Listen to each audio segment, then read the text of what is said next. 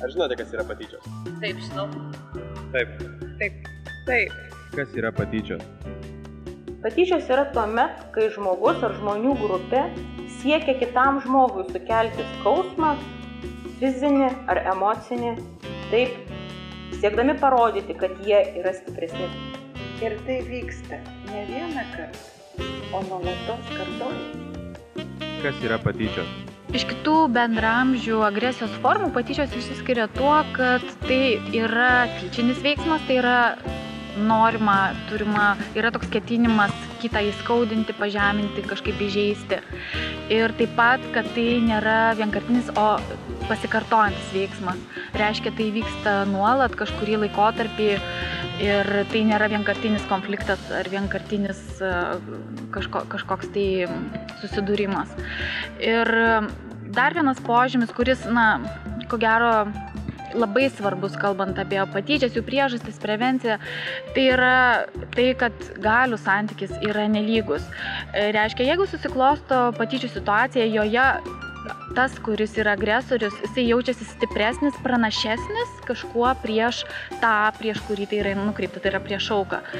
Ir tas pranašumas, jisai gali būti įvairiausias. Tai galbūt vaikystėje svarbus yra fizinis pranašumas, tai yra, kai vaikas tiesiog stipresnis, yra fiziškai stambesnis ir panašiai.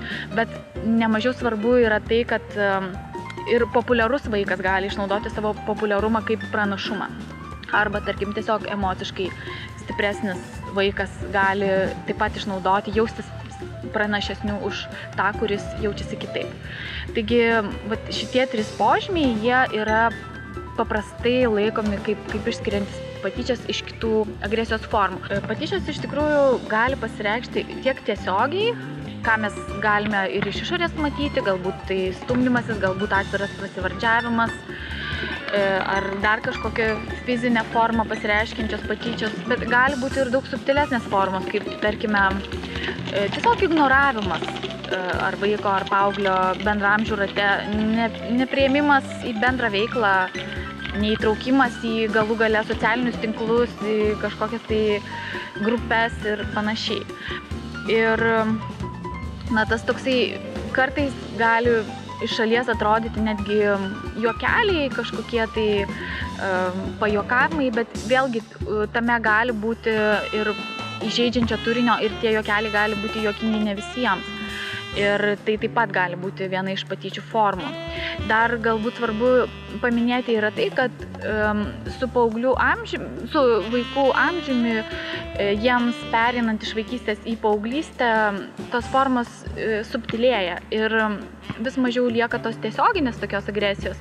Ir atsiranda tokių naujo pobūdžio patyčių, kaip, tarkime, seksualizuotos, su lytimi arba su seksualumu susijusios patyčios, kai vėlgi ir tie pravardžiavimo pobūdis, jisai tam tikri žodžiai yra naudojami, kurie nurodo į lytiškumą ar seksualumą, arba tiesiog yra net ir fizinės formos, kaip yra filmuojami kažkokie vaizdai, tie intimus kažkokie tai vaizdai, kurių kitas nenori, kad jie būtų platinami ir jie yra platinami. Tai yra pastebėta, kad paauglystėje patyčios įgauna tokią formą ir tai galima turbūt būtų sieti su tuo, kad paaugliams apskritai yra labai svarbu tos lyties normos ir kad jie, kadangi formuoja savo tapatumą, tai tas lyties tapatumo aspektas, jisai toks ryškus gana darosi paauglystėje ir kadangi paaugliai jaučia tą normą iš suaugusiųjų, jie ją ir panaudoja, jie supranta, kad įžeidžia tai, kad tu parodai arba pasakai, kad kitas netitinka tos normos. Tai iš tikrųjų tas yra labai, labai turinyje atsispindintų patyčių. Kodėl vyksta patyčios? Yra įvairių priežasčių, dėl ko gali būti patyčios. Ir vienos jos yra susijusios su konkrečiais vaikais, kurie dalyvauja patyčiose, kitos gali būti susijusios su klasės kažkokia tai atmosfera, arba tiesiog bendruomenės atmosfera. Dar trečios yra tiesiog susijusios su bendrai visuomenėje vyruojančiomis nuostatomis. Tai kaip tokias svarbiausias priežastis gal paminėčiau tai, kad grupinių lygmenių vaikams iš tiesų labai rūpi įsitvirtinti savo grupėje, atrasti savo vietą, galbūt užimti kažkokią lyderiaujančią poziciją. Ir paskui priklausomai nuo to, kiek vaikas kokiu būdu moka tą padaryti, jis tokiu būdu ir tvirtinasi. Ir patyčios neretai būna tas būdas, kurį vaikai laiko tinkamu įsitvirtinti grupėje ir pelnyti kitų bendraamžių pagarbą. Kitas labai svarbus dalykas, kita svarbi priežastis, kad vaikai daug mato tokio agresyvaus elgesio bendrai visuomenėje ir galim pastebėti, kad iki šiol visuomenėje yra pakankamai toleruojamas tam tikras agresyvus smurtinis elgesys ir vis dar sutinkam nemažai suaugusiųjų, kurie nemato nieko blogo, kad vaikai žemina vieną kitą, pasityčia, nes mano, kad tai yra tie dalykai, kurie šiek tiek užgrūdina vaiką, padeda tapti jam stipresniam arba išmoko tam tikrų naudingų dalykų. Ir žinoma, individualiam lygmenį, kad priklauso nuo to, kaip vaikas reaguoja, kiek jisai sugeba, tarkim, atsiginti nuo patyčių, tas irgi ar paskatina patyčias tęstis toliau, arba padeda šiek tiek jiems sustoti. Kas juose dalyvauja? Patyčios yra grupinis procesas ir tai reiškia, kad patyčių situacija dažniausiai nedalyvauja tik tai tas, kuris skriaudžia kitą, patyčių skriaudėjas, iniciatorius, ar tas, kuris kenčia nuo patyčių taikinys. Greta to paprastai yra visas būrys stebėtojų, kurie gali užimti pačius įvairiausius vaidmenis. Tai gal aš tada tiesiog trumpai ir papasakosiu, kokie yra tie vaidmenys. Tai patyčių taikinys, ar ne, kartais mes įvaidinam patyčių auka, tai yra vaikas, kuris kenčia nuo patyčių ir dažniausiai jis nėra kažkuo labai išskirtinis, kaip kartais manoma, ar kažkuo kitoks. Tai gali būti visiškai, tarkim, įprastas vaikas, bet galbūt drovesnis ar netoks agresyvus kaip kiti vaikai. Skriaudėjas yra tas vaikas, kuris dažniausiai inicijuoja patyčias, jisai sugalvoja kažkokį tai tą elgesį ir jį praktikuoja ir atitinkamai tokiu būdu suburia kitus vaikus šalia savęs.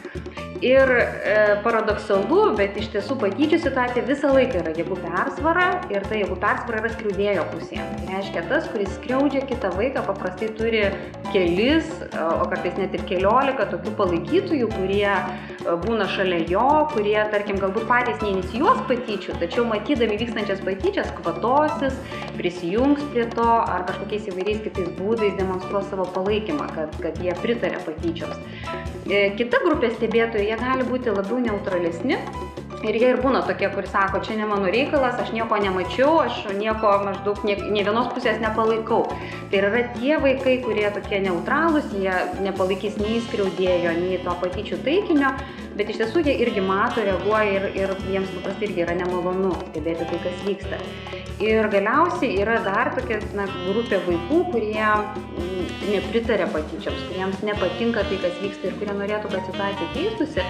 Ir kartais tie vaikai netgi drįsta kažkaip palaikyti vaiką, taikinį, tą patyčių auką, užstoti jį ir tas jų elgesys yra be galo svarbus, nes kuo daugiau yra vaikų, kurie palaiko skriaudėją, kurie juokiasi arba išvis nekreipia dėmesio ir stengiasi ignoruoti vykstantį elgesį, tuo daugiau patyčių vyksta. Ir kuo daugiau yra vaikų, kurie išdrįsta užstoti patyčių auką, tuo daugiau tikėtina, kad tas patyčias pavyks sustabdyti.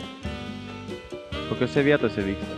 Prie mokyklos durų, klasėje, koridoriuje, valgykloje, pamokoje ir per pertrauką, bibliotekoje, tualete. kartais ant mokyklos stogo.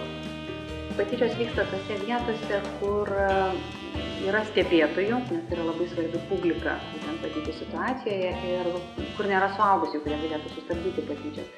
Tai mokykla, klasė, koridorius, valgykla, klasės kiemas ar kažkokie tai užklasinės vietos, kur vaikai būna po pamokų ir kur vaikai būriuojasi, kur vaikai renkasi, tai ir yra tos vietos, kur patyčios gali vykti. Ir yra dar viena erdvė, kurią labai irgi svarbu paminėti, kalbant apie patyčias, tai yra virtuali erdvė, internetas, kur iš tiesų galime stebėti, kad vis dažniau patyčios persikelia būtent į internetinę erdvę, kurią suaugę tikrai dažnai irgi neturi galimybių stebėti ir kažkaip padėti vaikams.